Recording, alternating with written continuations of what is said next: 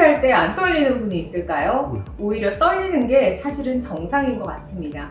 하지만 그래도 스피치 할 때 너무 많은 긴장감은 발표자가 굉장히 불편함을 느낄 수밖에 없죠. 자, 그래서 오늘은 스피치 불안의 여러 가지 유형에 대해서 한번 알아보고요. 각각 유형에 따른 해결 방법을 간단하게 짚어보도록 할게요.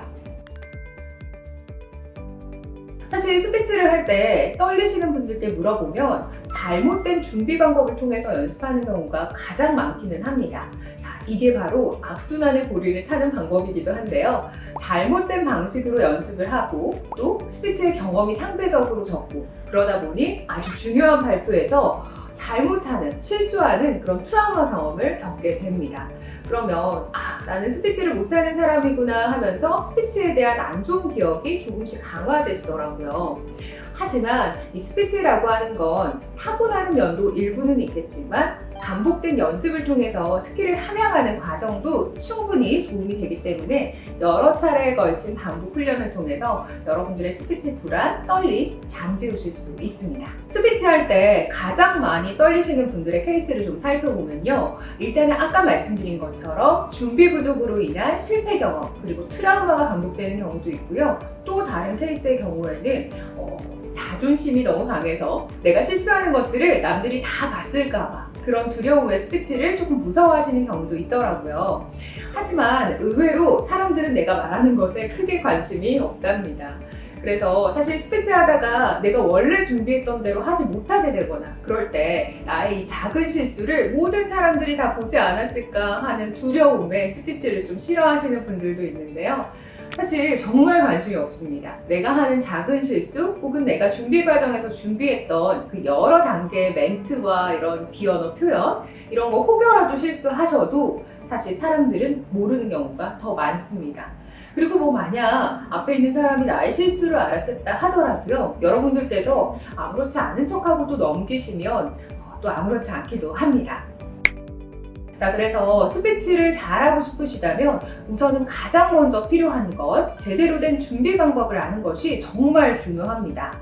스피치는 내용을 만드는 것뿐만이 아니라 그것을 실제로 내가 시연해보는 과정, 쉽게 말해서 리허설이라고 하는데요. 그 리허설 과정도 굉장히 중요합니다. 가장 먼저는 생각을 정리해서 구조화하는 것이 당연히 첫 번째 과정으로 필요하고요. 그리고 두 번째 과정은 실전과 동일한 상황에서 반복해서 스피치를 해보시는 게 정말 많이 중요합니다. 그런데 스피치를 많이 해보시지 않은 분들의 경우에는 일단 생각을 구조화하거나 내가 말할 내용의 대본을 쓰는 것까지 굉장히 열심히 하세요. 그런데 그 다음 이 리허설 단계에서는 열심히 하지 않으시는 경우가 많더라고요.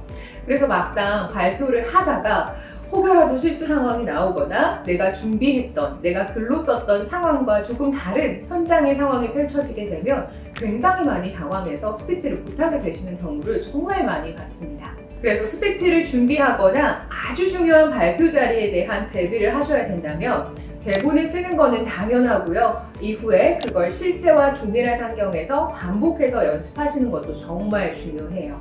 그리고 이때 몇 가지 스피치 스킬들이 더해진다면 훨씬 더 프로답게 또 멋지게 나만의 스피치를 잘 완성하실 수가 있답니다. 자, 그래서 이 스피치를 못하시는 분들이 원래 나는 스피치를 잘 못해. 나는 원래는 많이 내향적이어서 스피치하고는 나와 거리가 멀어. 이렇게 생각하시지 않으셨으면 좋겠어요. 여러 차례 반복하는 연습을 해서 나만의 성공 경험, 이 작은 성공 경험들을 많이 만들어 간다면 누구나 사실 스피치를 잘 하실 수가 있답니다. 자, 이 스피치란 도대체 무엇일까? 저는 스피치를 다음과 같은 한 문장으로 정리해서 말씀드리고 싶은데요. 내가 가지고 있는 생각들을 잘 표현해서 누군가를 설득하는 작업이다. 이 문장이 굉장히 중요한 것 같아요. 여러분들이 가진 생각을 잘 정리하고 적당한 표현 방식을 덧입혀서 그걸 보는 사람들이 나의 생각과 동일한 방향의 생각을 가질 수 있도록 설득을 하신다면 그게 바로 스피치를 잘 하는 겁니다. 그래서 여러분들의 생각 정리는 물론이고 여러분들의 표현법까지 반복해서 연습하면서 스피치 대비 한번 잘 해보시기 바랍니다.